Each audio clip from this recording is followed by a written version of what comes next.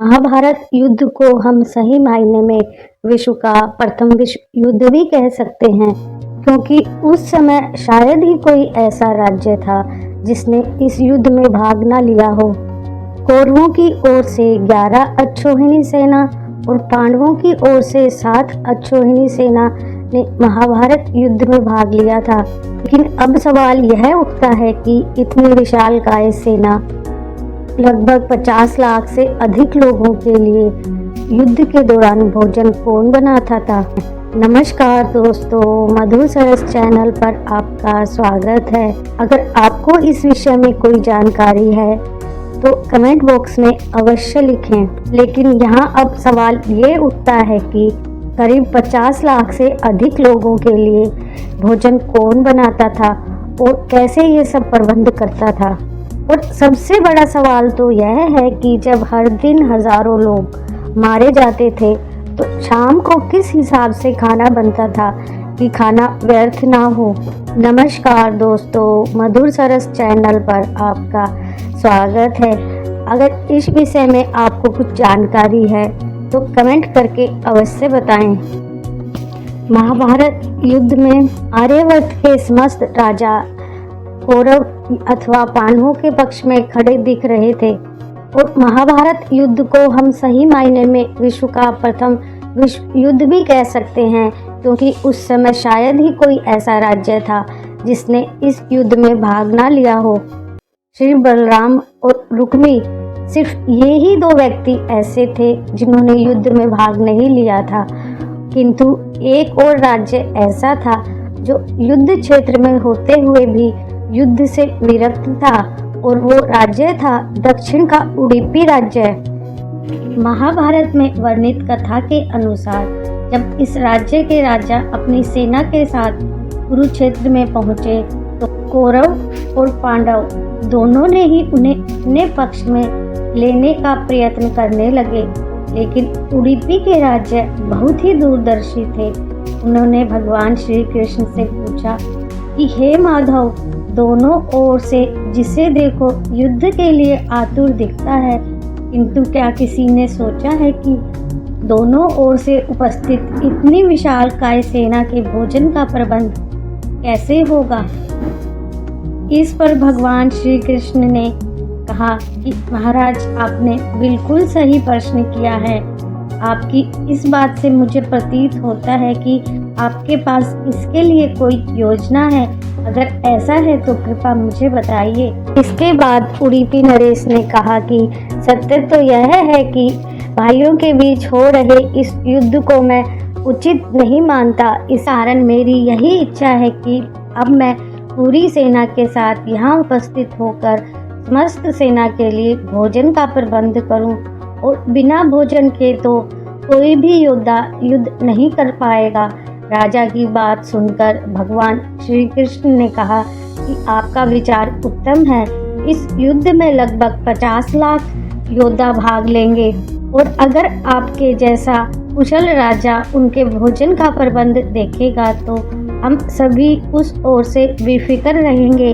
वैसे तो मुझे पता है कि सागर जैसी इस विशाल सेना के लिए भोजन का प्रबंध करना आपके और भीमसेन के अतिरिक्त और किसी से भी संभव नहीं है। भीमसेन इस युद्ध से विरक्त नहीं हो सकते हैं। इसलिए मेरी आपसे प्रार्थना है कि आप अपनी सेना सहित दोनों ओर की सेनाओं के भोजन का भार संभालिए।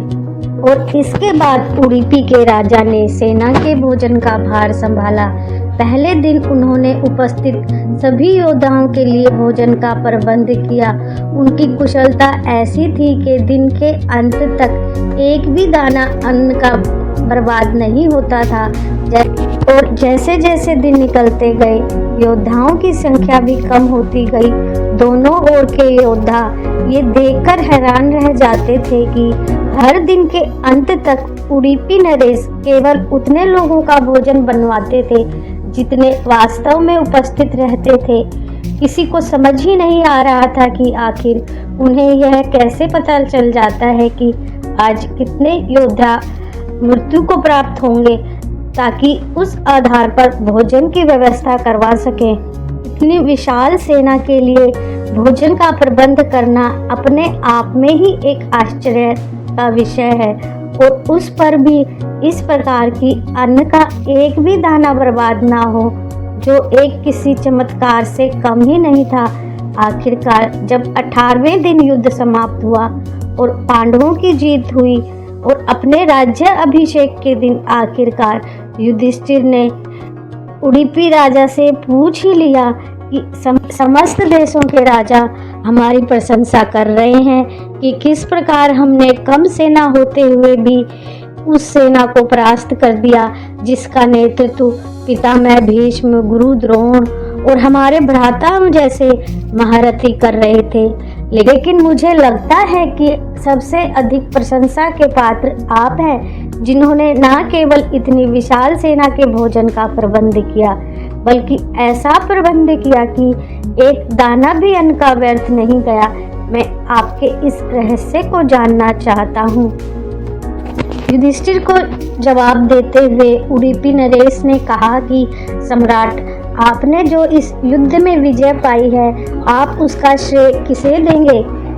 इस पर सम्राट ने कहा, श्री कृष्ण के अतिरिक्त इसका श्रेय और किसी को दिया ही नहीं जा सकता। अगर वह नहीं होते तो कौरव सेना का हारना असंभव था। तब उडुपी राजा ने कहा कि महाराज, आप जिसे मेरा चमत्कार कह रहे हैं वो भी भगवान श्री कृष्ण का ही प्रताप है। ऐसा सुनकर वहां उपस्थित सभी लोग हैरान हो गए।